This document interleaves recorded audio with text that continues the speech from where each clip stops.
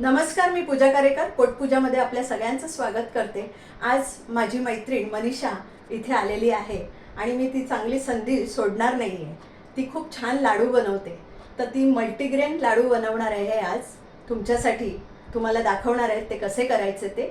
तर आपण तिलाच विचारूया त्या लाडवाबद्दल। मनीषा, तुझं पोटपूजामध्ये खूप खूप स्वागत। धन्यवाद। तू तुझ्या लाडवाबद्दलचं जे काय वैशिष्ट्य आहे ते तूच सांग। मी मल्टीग्रेनचे लाडू बनवते आणि हे लाडू इतके पौष्टिक आहेत की लहानपासून अगदी मोठ्यांपर्यंत हे सगळेजण खाऊ शकतात। डायबिटीज पेशंट पण हे खाऊ शकतात। अगदी त्याच्यामध्ये प्रत्येक पदार्थ असा आहे की तो आपल्यासाठी खूप उपयोगी आहे। उन्हाळ्यात पण हे आपण एक सुंदर असा भूक लाडू पण म्हणू शकता, आपण त्याला तहान लाडू पण म्हणू शकता। हा सकाळी एक लाडू खाल्ला की तुम्ही दिवसभर त्याचं जे आहे फायदा तो तुम्हाला दिवसभर मिळू शकेल। ऊर्जा मिळते, ऊर्जा मिळते आणि तो इतका हेल्दी आहे ना की लहान लहान मुलं मेन म्हणजे ओवा खात नाही, बडीशेप खात नाही, आळशी खात नाही, हे प्रकार प्रामुख्याने याच्यामध्ये यूज केलेले। त्यामुळे आता असं झालंय जग की आपण बाहेरचं सगळं भरपूर काही खातो, पण ओवा, बडीशेप, आळशी या वस्तू आपल्या शरीरासाठी खूप जात नाहीत आणि ह्या दररोज एक जरी लाडू खाल्ला तरी तुमच्यासाठी तो खूप फायदेशीर आहे। चल तर मग बघूया आपण तो लाडू कसा करायचा ते। चला तर मग मनीषा, आता त्यासाठी लागणारं साहित्य आता बघूया आपण। हे मिश्र धान्याचे लाडू आहे। याच्यामध्ये मी 25 प्रकार वापरलेले आहेत। महत्त्वाचं म्हणजे याच्यामध्ये जे इन्ग्रेडियंट्स आहेत ते आपल्यासाठी खूप युजफुल आहे। हे 5 प्रकारचं किशमिश आहे, काजू, बदाम, मनुका, ब्लॅक कलरचे मनुका आणि पिस्ता। याच्यामध्ये आहे आपल्या सगळ्या प्रकारच्या सीड्स आहेत, कलिंगडाचे सीड्स, भोपळ्याची सीड्स, सूर्यफुलाची सीड्स। ह्याच्यामध्ये हलीम आहे, डिंक आहे। याच्यामध्ये 5 प्रकारचे आपल्याला ओवा आहे, बडीशेप आहे, आळशी आहे आणि तीळ आहे आणि हे आहे वेलची, जायफळ आणि सुंठ पावडर, ही आपण वापरणार आहोत नंतर। आणि थोडीशी आपल्याला मेथी पावडर पण लागणार आहे। आणि इथे आपण बघूया ते गरम केलेलं मिश्र धान्याचं पीठ आहे, जे आत्ता मी भाजून ठेवलं आहे, पण आपण करतेवेळी ते परत गरम करणार। त्याच्यामध्ये 5 प्रकारची पीठं वापरलेली आहेत, गव्हाचं पीठ, नाचणीचं पीठ, चण्याचं पीठ, मुगाचं पीठ आणि महत्त्वाचं म्हणजे बाजरीचं पीठ। आणि हे आहे गूळ, तूप, हे मखाणा आहे, खजूर आहे, पोहे आहे, तूर आहे, मखाणा आहे, खोबरं आहे, भाजून ठेवलेलं खोबरं आहे आणि खारीक पावडर आहे आणि हे मी वेलची पावडर, सुंठ पावडर आणि जायफळ पावडर अशी मिक्स केलेली आहे, ती आपण यूज करणार आहोत। तर चल आता आपण सगळं तुपामध्ये भाजून घेऊया। हे आता सगळं आपण भाजून घेऊया साजूक तुपामध्ये। तर 1 चमचा आपण तूप टाकलेलं आहे। तर ह्याच्यामध्ये आपण जे मिक्स केलेले काजू, बदाम, दोन्ही प्रकारच्या सीड्स, मनुका, हे सगळं आपण आता भाजून घेतो। काजू, बदाम, 2 प्रकारच्या मनुका, पिस्ता, थोडं गुलाबी होईपर्यंत भाजायचं आहे, बोलायचं आहे। आता हे आपलं झालेलं आहे, आता आपण हे काढून घेऊया। सगळ्या प्रकारच्या सीड्स आपण भाजून घेतो।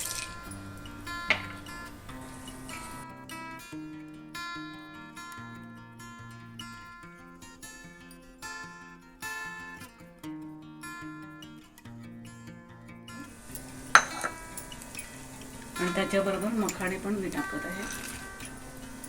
हे चांगलं नुसतंच भाजायचं आहे, तूप टाकायची काही आवश्यकता नाही आहे, ऑलरेडी आपल्या ह्याच्यात तूप आहे थोडं। तर हे आपण काढून घेतो। आता आपण हलीम थोडासा गरम करून घेतो आहे। हे 5 मिनटं नुसता थोडा शेकवून घ्यायचं आहे। परत 1 चमचा तूप टाकते थोडंसं आणि हा तळलेलाच आहे, हा थोडा गरम करून घेते। ओके, त्याला कुरकुरीतपणा यायला, नाही तर तो तळूनच ठेवलेला आहे ना। आता हे आपण जे ओवा, बडीशेप, आळशी हे भाजलेलंच आहे, पण खसखस, तीळ हे सगळं भाजलेलंच आहे, ते आपण परत गरम करतोय। ह्याचं प्रमाण जास्त नाही ठेवायचं आहे, तर जस्ट थोडं 1 चमचा घेतलेलं आहे। त्याचा थोडासा स्वाद आला पाहिजे, जास्त प्रमाणात नाही घ्यायचं। आता हे सगळं आपण आता भाजलेलं आता मिक्सरला बारीक करून घेतो।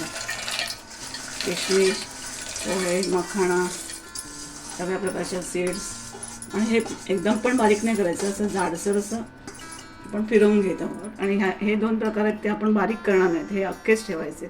असे दाताखाली आले पाहिजेत थोडेसे. आता आपण तूप घालून घेऊया थोडंसं.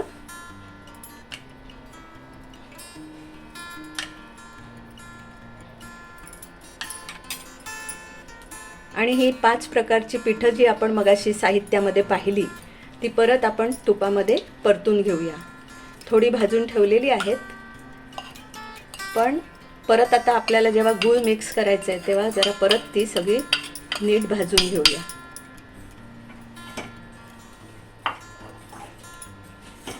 पूर्वतयारी म्हणून तुम्ही थोडंसं भाजून ठेवलं होतं, पण परत आता गुलाबी रंग येईपर्यंत जरा नीट छान भाजून घ्यायचं तुपामध्ये ना.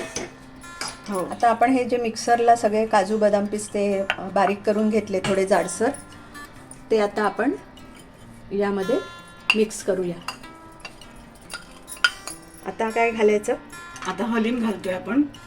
जो भाजून ठेवला होता आपण, असं सगळं आपण जे भाजून ठेवलेलं आहे ते आपण याच्यामध्ये मिक्स करत आहोत.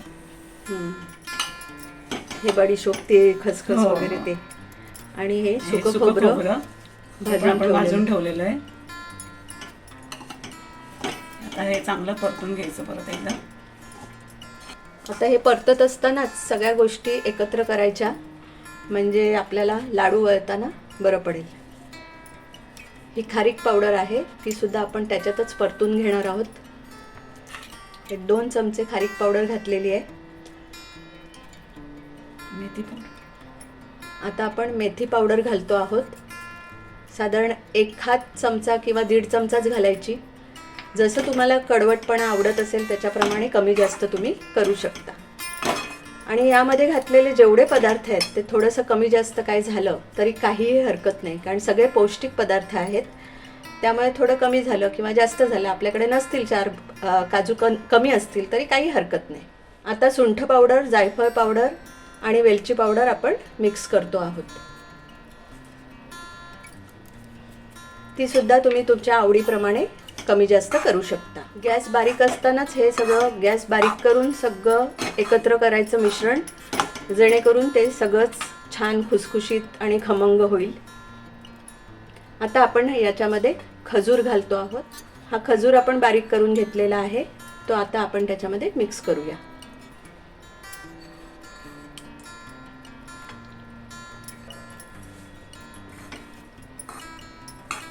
आता आपलं हे मिश्रण सगळं छान एकत्र करून झालेलं आहे. आता आपण गॅस बंद करूया. आता थोडं तूप घालून घेऊया आपण.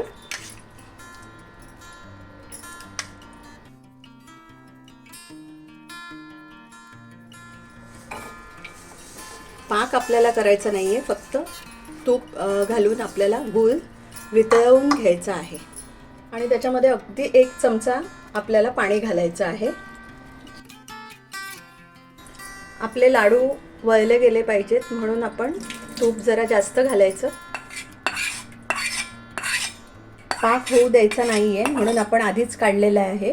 आणि जे खडे आपल्याला गुळाचे दिसत आहेत ते आपण पेल्याने बारीक करून घेऊया.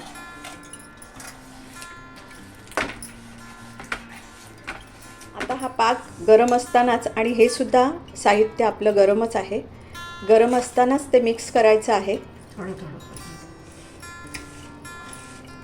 थोडं थोडं मिश्रण घालून आपण ते मिक्स करणार आहोत.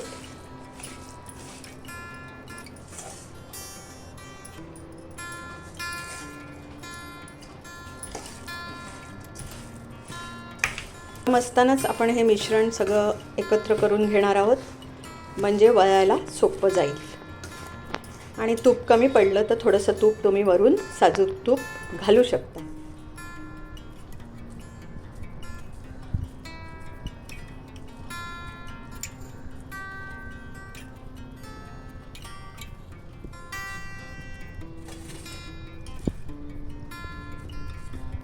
असे आपण सगळे लाडू करून घेऊया.